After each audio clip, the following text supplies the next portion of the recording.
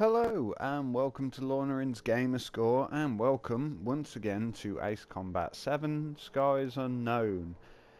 This week I'm doing a proper, or at least as much as I can put across, review of the game, and I'm going to go through some of the things that I like about it and some of the things that I don't. So without further ado, let's jump right in. So one of the first things that I want to talk about is essentially the menu system, which can appear quite daunting to new players. It is a little bit kind of futuristic and things, and it's quite nice and it suits the game.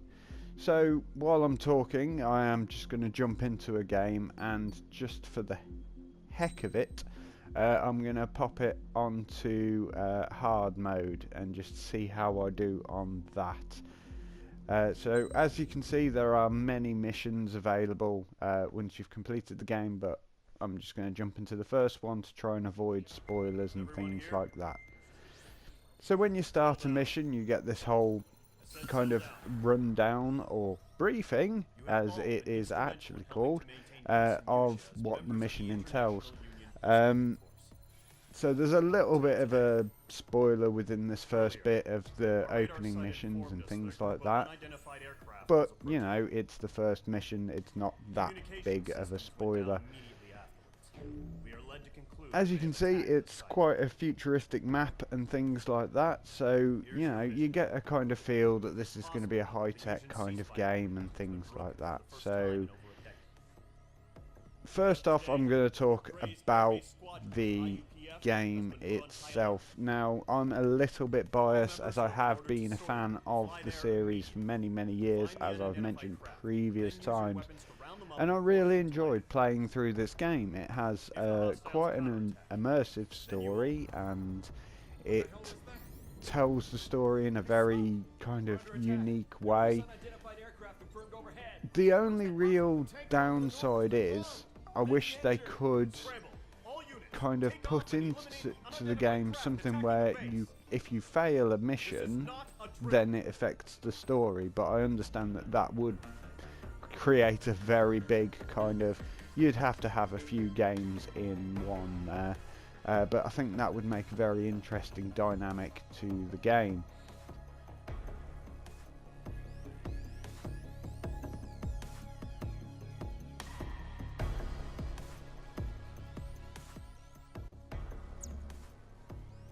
So before I jump properly into this mission and kind of we talk about the flight dynamics and things like that,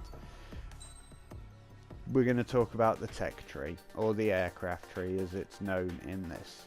So essentially you complete the missions and you gain points that you can spend to unlock new aircraft, weaponry and upgrades for your aircraft, which we'll get into shortly. And yeah, it can be quite daunting. It kind of reminds me of the Final Fantasy X, I can't remember what it's called off the top of my head, but the sphere tree, I think, or whatever it was, something to do with spheres it was. But yeah, it kind of reminds me of that, where there is a lot of branches that you can take, and if you go one way, and you can essentially go depending upon your play style, and it all kind of leads to the XO2, which isn't actually a real aircraft. All the rest of them are, so you've got the F4, you've got your Su-37s, F-15 there as well, so yeah, so they're all based on real aircrafts and they're all modelled really well. Typhoon as well in there. Well, that's one of my favourites. Thank you. And yeah, so, and then that all leads up to the XO2S, which has been developed by the countries the game is based around.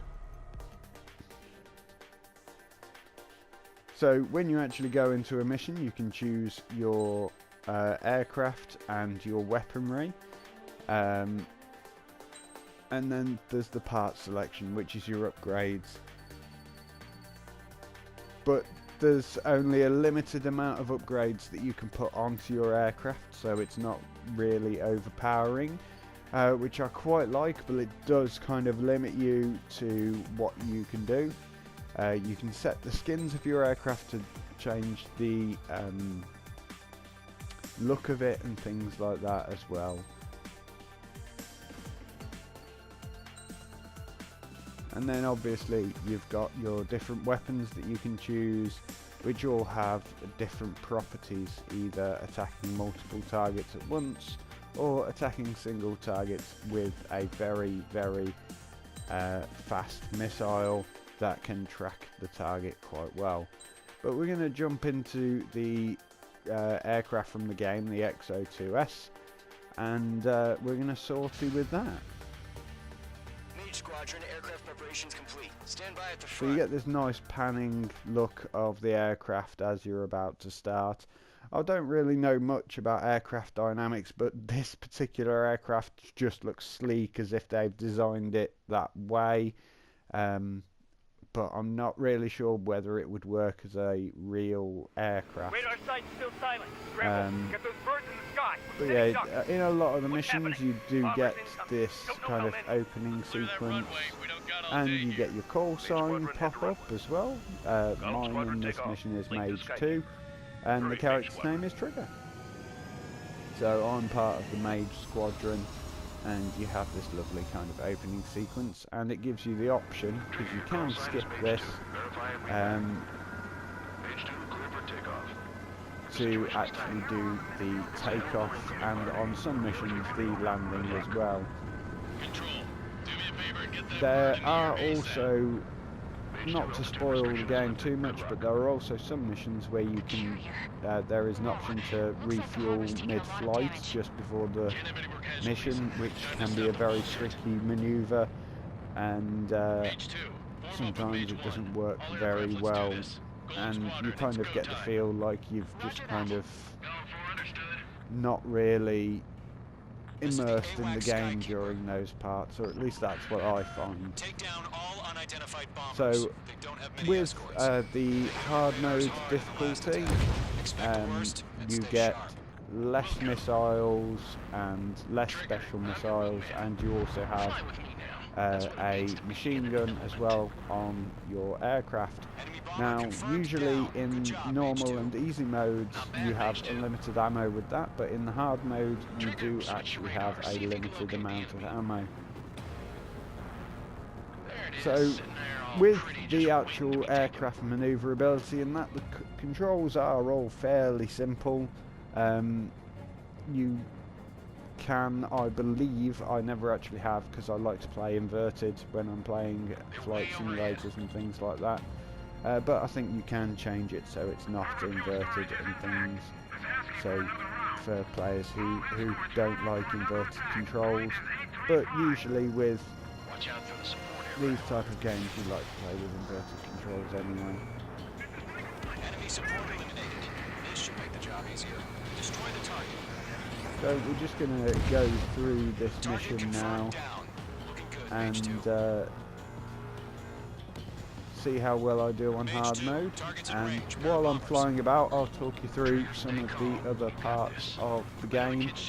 So first off, within the actual game itself you have your radar system. You can switch between various different ranges on that to see where all of your enemies are and where they're going to be coming from and things like that, so you can kind of direct yourself where you need to go a little bit easier without having to kind of wonder if you're pointing in the right direction or not.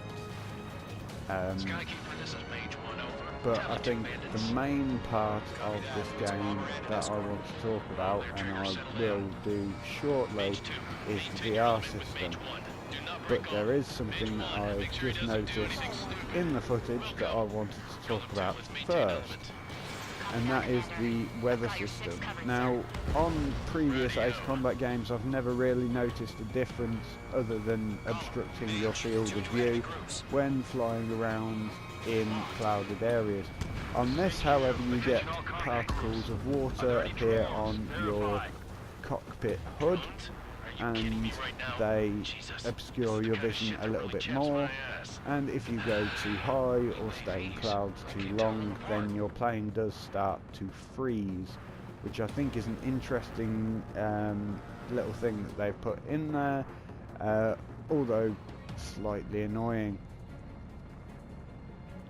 Moving on to the VR system in this game, it is incredibly good. I think I talked about it briefly in the VR video, in the video VR portion of the video that I did for this before.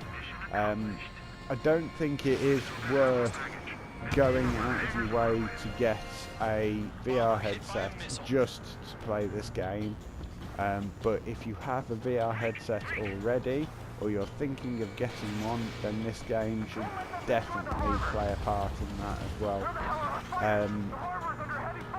There is, however, a high chance of kind of motion sickness and things like that. I experienced it quite a lot when I was playing through it the first time. But once you get used to it, you kind of feel alright after a while. So, as far as this mission's concerned, I think this is the last batch of enemies that I'm just taking out now.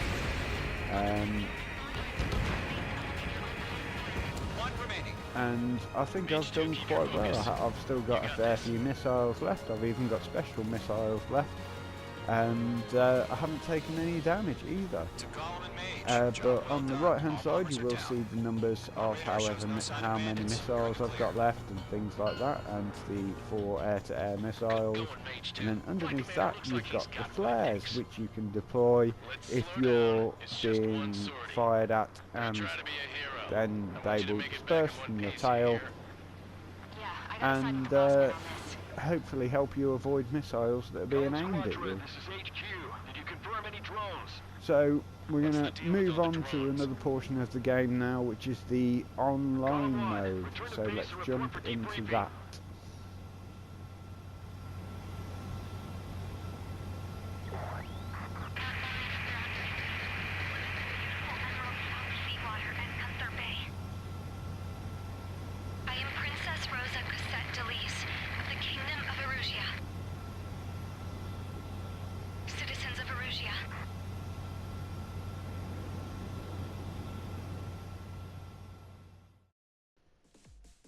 Before we move on to the online mode, I just want to talk about the debrief, which comes up after every mission. You get this kind of simulated, real-time playthrough. I think it's a little bit faster than real time, to be honest, of kind of what you did in the mission, so you can see how you moved and what enemies you killed and things like that, and then it gives you a rank for the mission as well. And yeah, you can just kind of review how you did, essentially, and see how you move through the mission, and maybe take notes and think about how you could have done things differently, etc. For next time, if you really want to get into the game that little bit more. Yeah, I think I chased around that plane a little bit there, and that was quite an interesting little manoeuvre that I did.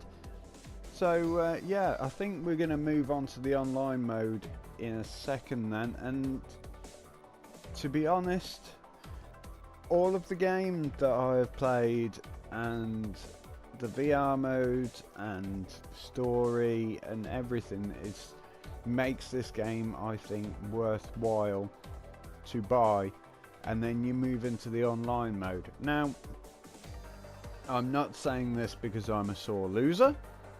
I'm not saying this because I'm not very good at the game, because in my eyes I am good at this game, but oh boy, there are other people that are a lot better than I am.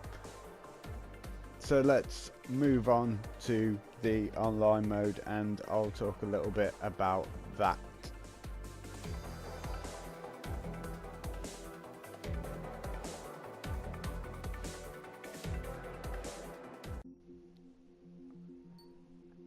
So you move down to the multiplayer and you jump into that, obviously. Doesn't take long to connect in, everything's fairly self-explanatory. You can go through and find your own server to play on and set up your rules. And as you can see, there is a Battle Royale mode and a Team Deathmatch mode. Now, I thought that the whole Battle Royale mode kind of situation that has been going on for the last year or so wouldn't span to games like this, but it has. But what it actually means by Battle Royale, it isn't like a Battle Royale where there's 100 players in the server and you die and you're out. It's more like the Team Rumble and things like that on Fortnite, where you can respawn and it's like first to 100 points and first to this, first to that. But with the Battle Royale in Ace Combat, you join a server, usually at about 8 people, and it's first to I think it's 100,000 points usually, and then that's the game. So you just have to shoot down other people who are unbelievably better at the game than I am.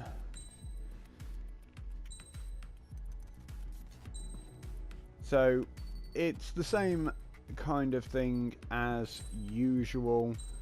You choose your aircraft and you choose all of your settings and things like that. Some of the rooms that you join do have limits on how much you can use to upgrade your aircraft and things like that. Like they have a total cost, which is noted in the top right hand corner as I'm upgrading my aircraft. I think this particular server that I've joined here doesn't actually have any of the limits on it. What I will say is it's difficult to choose your upgrades when you don't know what other weapons people are going to be using, and you don't know kind of how good they're going to be. So you have to kind of choose your weapons and choose your upgrades in order to kind of make yourself as kind of multi-purpose as you possibly can. So once you've chosen your aircraft, you can choose nicknames that will appear next to your name in the game and things like that. I think I spent a little bit too long trying to figure out what I wanted people to know me as, but there's some of them that you upgrade by playing the game a lot, some of them you gain by playing it just the once, and things like that. So essentially there are a lot of unlockable things within the game, but you know, it's one of those things. The other thing that I like kind of about the online mode is when you're actually choosing your aircraft, you can select up to 5 different aircraft, and then each time you respawn you'll basically cycle through them. So when I first started this video, I said that I was going to talk about downsides to this game. In my eyes, like I said, I'm quite biased, and I will tell anyone and everybody who will listen to buy this game, because it is definitely worth it, even if you don't have the VR option. But as far as downsides go, the online mode, there does seem to be, because out of the few times that I've played it, there seems to be a long wait. I think it's because you need everybody to say that they're ready to go, and that's why you've got these messages coming up basically saying that this person is really impatient and wants to get going. So we'll jump ahead a little bit now, and we'll actually jump into the online play, and we'll get to watch me get shot down a few times.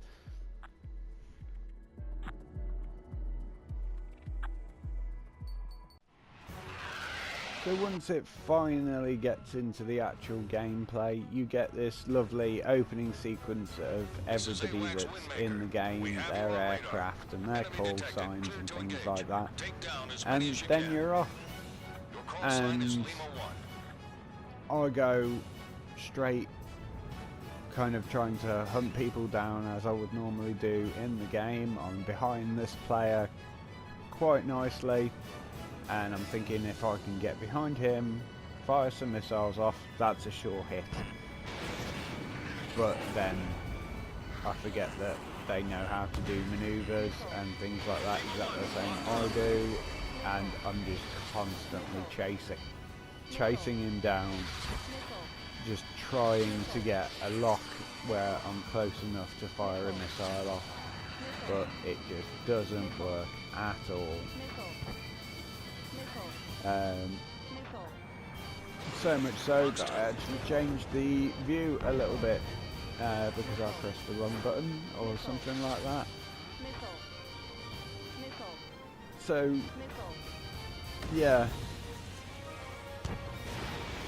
everybody else seems to be getting kills, people are racking up points, but I just can't seem to get a lock on anybody for long enough to actually fire off any missiles.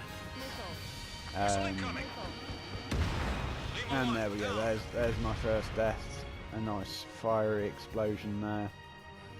Comes up your position on the leaderboard, who shot you down, and then you wait 100% seconds and you're back in the fray then. So obviously it's a battle royale, not quite like any other, it's more like just a free-for-all for people to enjoy, but I haven't been enjoying it that much, mainly because I keep getting shot down every time I play it, and I don't really enjoy that.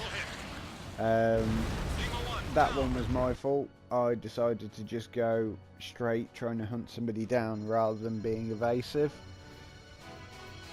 As you can see, still bottom of the leaderboard. One of the things with this is it's got the system where you have other people joining in part way through, and they can come and join the game part way through,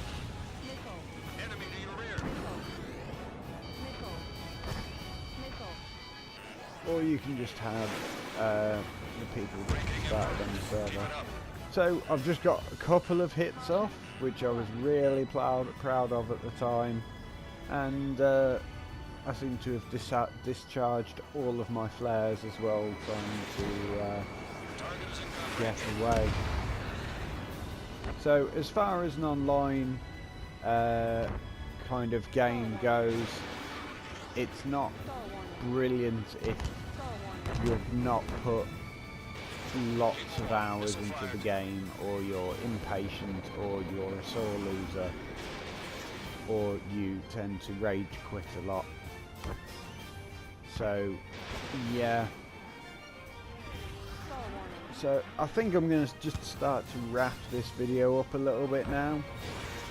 I've talked about a lot of things that I like about the game, and I didn't want to put too many spoilers into this, so I haven't really talked about the storyline in general.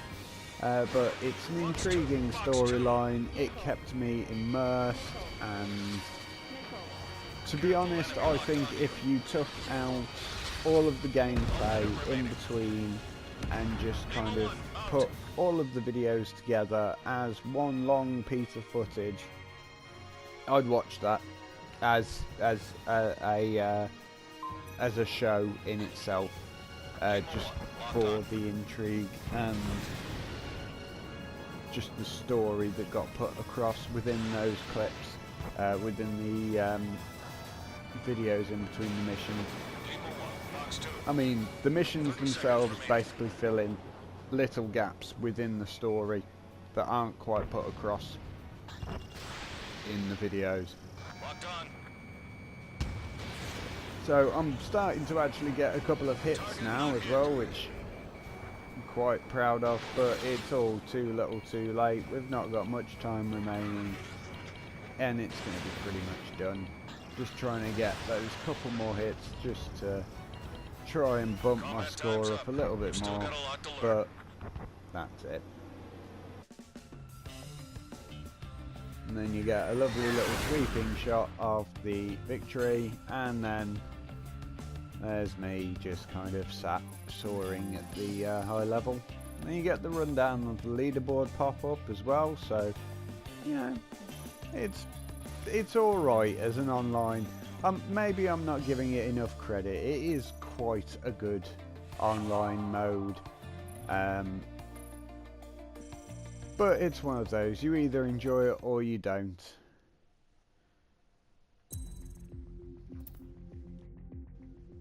So that's all for this week. I think I've given a nice little overview of the game, and I probably won't be featuring it again for a third or possibly fourth time on the channel now. So I'll probably be moving on to something else next week. But I do hope that you enjoyed this video, and if you're thinking of buying the game, that maybe I've put across a decent enough argument to convince you to pay that little bit of money and have an amazing game in front of you. So thank you very much for watching. If you did enjoy this video, please do like, share and subscribe, and don't forget to click the bell icon so that you will get notifications every time I upload a video. So thank you for watching, and goodbye.